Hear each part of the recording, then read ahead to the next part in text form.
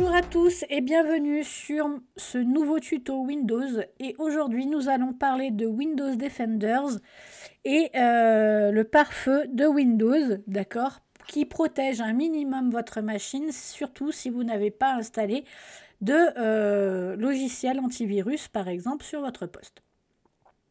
Alors pour cela, vous allez aller sur Démarrer, d'accord, et vous allez aller chercher Defenders. Et vous allez avoir Sécurité de Windows et vous faites Ouvrir. Ici, vous allez arriver sur un panneau de sécurité Windows, d'accord, et vous allez avoir plusieurs menus.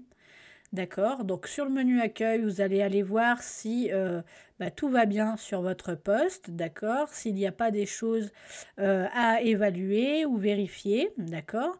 Vous pouvez bien entendu voir la protection contre les virus et les menaces. Donc là, par exemple, moi, ce n'est pas Microsoft Defenders qui gère ça puisque j'ai un antivirus qui est installé sur ma machine. Mais si vous n'en avez pas, ici, vous pouvez très bien activer l'antivirus Microsoft Defenders qui est inclus directement dans Windows. Ça vous permettra d'être un minimum protégé quand même, surtout si votre machine est connectée à Internet. Ensuite, vous avez la protection du compte et là, bien entendu, vous pouvez aller afficher des informations, vous pouvez aller gérer des petites choses supplémentaires. Vous voyez qu'il y a plusieurs paramètres, les paramètres de confidentialité, le tableau de bord, voilà. Il y a plusieurs choses à vérifier, donc vous pourrez aller les regarder et je ferai des vidéos un peu plus précises sur chaque fonctionnalité. Bien entendu, le pare-feu. Alors le pare-feu, qu'est-ce que c'est? C'est une sorte de mur où on va laisser entrer ou sortir des données d'Internet par rapport à une application. Donc ça, c'est plutôt important parce que ça évite justement les piratages. Et quand vous êtes sûr de votre logiciel, vous pouvez aller lui dire « Oui, j'autorise ce logiciel à communiquer avec Internet », que ce soit en envoyant des données sur Internet ou en recevant des données d'Internet. D'accord?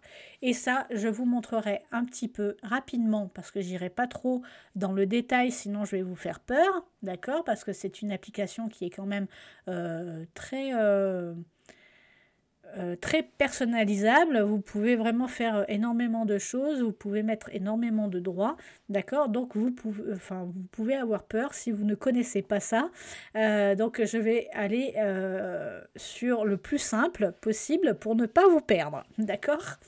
Donc là, bien entendu, bien sûr, sur le réseau avec domaine, alors ça c'est quand on est dans une entreprise, il est activé. Quand on est sur un réseau privé, par exemple à la maison, sur une connexion sur votre box directement, là, il est activé également. Et sur le réseau public, vous pouvez très bien avoir activé un Wi-Fi public ou quand vous allez, par exemple, je ne sais pas, à McDonald's ou dans un restaurant ou un bar qui vous donne une connexion Wi-Fi sur un hotspot, par exemple, où tout le monde peut aller, vous pouvez, bien entendu, et c'est surtout recommandé là-dessus, d'activer le pare-feu pour ce genre de réseau, puisque c'est là où on aura le plus de failles, d'accord, et où on peut être piraté plus facilement.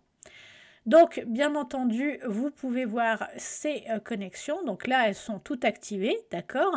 Vous pouvez également mettre le contrôle des applications sur le navigateur. Alors, moi, je ne l'ai pas activé parce que mon antivirus le fait directement. Et vous pouvez voir la sécurité de l'appareil, d'accord. Vous pouvez faire quelques tests. Et bien sûr, vous pouvez voir l'intégrité de votre machine pour savoir si tout va bien ou non. Si vous voyez qu'il y a des croix ou des points d'exclamation, c'est des choses à aller vérifier. Donc là, vous allez pouvoir agir. Pardon. Bien entendu, vous pouvez également utiliser l'option de contrôle parental si, par exemple, votre machine, les machines de vos enfants, par exemple, sont sur le réseau et vous voulez les protéger, vous pouvez activer cette option. Et vous pouvez avoir l'historique des protections, bien sûr, avec les dernières actions qui sont effectuées sur votre poste. Donc là, c'était le panneau d'accueil. Et ensuite, vous pouvez aller donc sur protection antivirus. Donc on l'a vu, hein, moi, mon antivirus est déjà actif. Donc je n'utilise pas ça. La protection des comptes, je vous l'ai montré aussi. Et là, pour le pare-feu, on peut aller un peu plus loin, bien entendu, pour aller autoriser ou non une application à communiquer avec Internet en entrée ou en sortie. Alors, il y a plusieurs choses. La première chose dont je vais parler, c'est les notifications de pare-feu.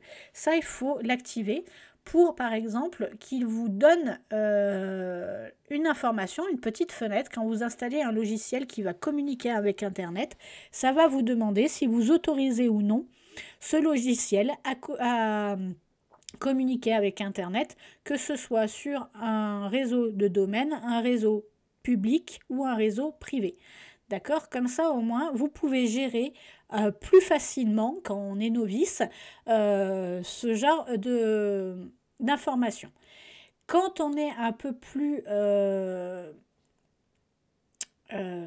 connaisseur, on va dire, hein, ce mot-là, on va pouvoir aller gérer directement, en fait, le pare-feu, d'accord? Par exemple, on va aller dans autorisation, autoriser une application, et là, on va pouvoir aller choisir, par exemple, une application, et on va aller lui dire, eh ben, tiens, moi, je veux que dans le réseau privé, tu actives la protection, et dans le public, tu l'actives, ou inversement, tu l'actives pas. Voilà, comme tu le souhaites. Donc ça, c'est important. On va pouvoir avoir toute la liste des logiciels qui sont installés sur la machine et on va pouvoir aller gérer rapidement et facilement ce genre d'informations. Quand on est encore plus avancé, on va pouvoir, en revenant un petit peu, on va pouvoir aller définir des paramètres avancés pour l'activité de ce pare-feu. Donc là, par exemple, si je vais... Non, c'est pas celui-là. Paramètres avancés, voilà, c'était ça que je cherchais. Et là, vous allez avoir un panneau où vous allez pouvoir choisir des règles de trafic entrant, de trafic sortant, pour toutes les applications que vous avez installées. Alors, bien entendu, on peut aller vraiment très loin dans les paramétrages, d'accord? Si je prends, par exemple... Désolée. Décidément. Alors, si je prends par exemple AnyDesk, est-ce que je vais le trouver? Je vais l'avoir dans les règles entrantes. Voilà, par exemple, ici, j'ai AnyDesk et vous voyez que je l'ai 6 fois. Bien entendu, puisqu'il est actif autant en privé, d'accord, que dans le domaine, que en public, d'accord. Et puis, il va m'afficher les règles d'entrée et de sortie, forcément.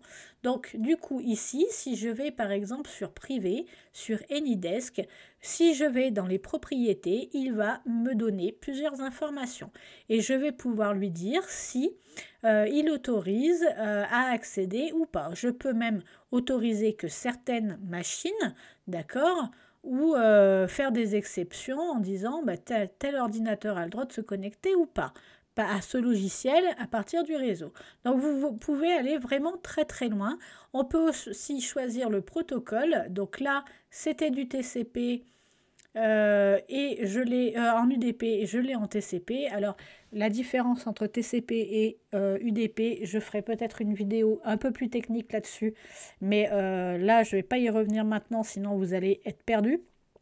Donc, je ne vais pas rentrer dans ce détail, mais en tout cas, sachez que voilà, ces deux protocoles sont différents.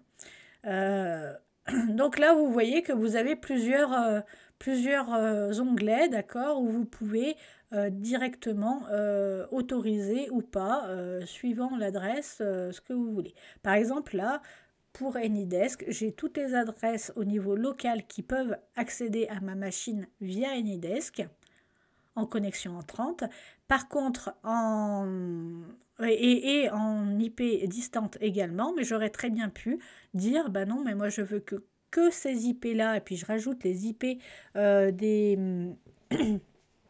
les IP publics des machines qui vont pouvoir se connecter à ma machine, et ça éviterait que ma machine soit prise enfin que quelqu'un puisse prendre la main à partir de n'importe quel endroit, d'accord, site internet ou autre. Donc voilà, donc ça c'est quand même intéressant aussi de pouvoir aller sécuriser votre machine plus rapidement. Donc ça c'est un petit peu plus avancé, vous verrez que vous retrouverez des vidéos, je pense, avancées là-dessus. Je pense que j'en ferai également, pas tout de suite. Pour le moment, j'essaye d'être le plus global possible pour que ça touche le plus de monde possible et pour que vous puissiez avoir déjà des éléments de vérification rapidement, d'accord? Mais sachez que ça existe. Donc voilà, vous pouvez bien entendu désactiver votre pare-feu temporairement si jamais vous avez un souci de connectivité avec une application qui demande un accès à Internet ou qui doit récupérer des données d'Internet, bien entendu. Et comme ça, vous verrez si ça vient du pare-feu. Et si ça vient du pare-feu, bah, vous pourrez aller chercher un petit peu plus loin pour l'autoriser ou non à accéder à Internet ou à avoir une activité entrante d'Internet. Voilà, j'ai fini pour ce petit tuto sur le pare-feu et sur Windows Defenders. Je vous retrouve très prochainement pour une nouvelle vidéo. À bientôt!